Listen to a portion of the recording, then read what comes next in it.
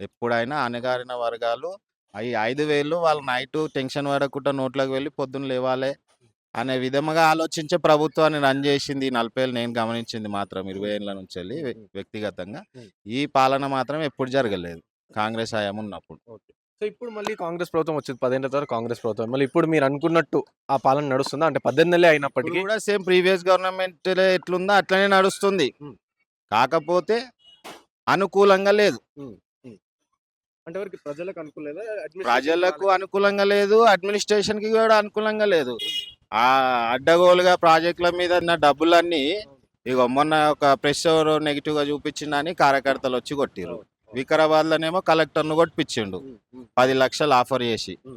అసలు ఆ ఊరికి కార్యకర్తలకు సంబంధమే లేదది. అవును. కొట్టిర్రు. హ్మ్. ఒక కలెక్టర్‌ను ఒక కార్యకర్త కొట్టే స్థాయికి దిగజార్చిర్రు. హ్మ్. హ్మ్. అది అర్థం చేసుకోవాలి. హ్మ్. ప్రజలు అర్థం చేసుకోవాలి. మీ మీడియా వాళ్ళు కూడా అర్థం చేసుకోవాలి. అవును. మీ మీడియా వాళ్ళు చెప్తే కూడా మీ మీడియా వాళ్ళని కొడతారు. హ్మ్. ప్రశ్నిస్తే ఏడైనా కొట్టే వాళ్ళకెందుకు? ఆ! డబ్బుల అహంకారం. హ్మ్. అసలు వాళ్ళ ఆస్తులేంది? హ్మ్. వాళ్ళ లెక్కేంది? వాళ్ళ పత్రమేంది? హ్మ్. పూటకి ఎన్ని సార్లు వాళ్ళు 4 ఏళ్ళు వాళ్ళ నోట్లోకి పోయినాయి హ్మ్. కేసీఆర్ హ్మ్. పాలిటిక్స్‌లోకి రాకముందుకు హ్మ్. అవును. అనేది ప్రజలు ఆలోచించాలా. హ్మ్. సెంట్రల్ విజిలెన్సోళ్ళు ఆలోచించాలా. ప్రజలు వీళ్ళందరూ గాదు. ఆ! సెంట్రల్ విజిలెన్సోళ్ళు ఆలోచించాలి. ఓ సామాన్యుడి అకౌంట్‌కి 10 లక్షలు వస్తే ఫ్రీజ్ చేయనీకొస్తున్నది గానీ, అవును. వాడి ఆస్తులు ఫ్రీజ్ చేయనీకొస్తలేదా? హ్మ్. అంటే లీడర్లంతా దొంగలే. హ్మ్. ఒక్కని కంచంలో ఒక్కడు ఎంగిలి తిన్న నా కొడుకులే. అవును. మళ్ళీ వీళ్ళు బీఆర్ఎస్‌లేమో బుద్ధి జెప్పి కాంగ్రెస్ పార్టీని తెచ్చుకుర్రు. కానీ వాళ్ళేమంటే పాలిచ్చే గేదెని ఇసబెట్టి దున్నపోతుని తెచ్చుకుర్రు. సో, ప్రజలే తప్పు చేసిర్రు. ఇప్పటికి స్టిల్ ఇప్పటికి గూడా అదే మాట మాట్లాడుతున్నారు. పాలు ఎంతమందికిచ్చింది గాదె?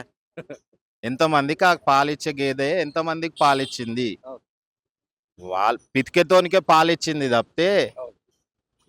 ఆడెవడైతే ప పాలేరుంటాడో వాడొచ్చి పితకనియ్యలే. అవును. హ్మ్.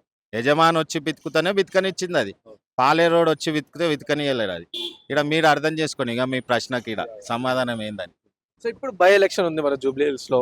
సో, ఏంది అంటే ఎలాంటి ప్రాబ్లమ్స్ ప్రజలకున్నాయి ఇక్కడ? మీకున్నాయి ఎలాంటి ప్రాబ్లమ్స్ ఇక్కడ డెవలప్‌మెంట్ పరంగా ఉన్నాయి? అండ్ ఎవరికి ఎవరి పార్టీ ఎవరికి గెలుస్తది? ఏ పార్టీ గెలిచే ఛాన్స్ వస్తుంది?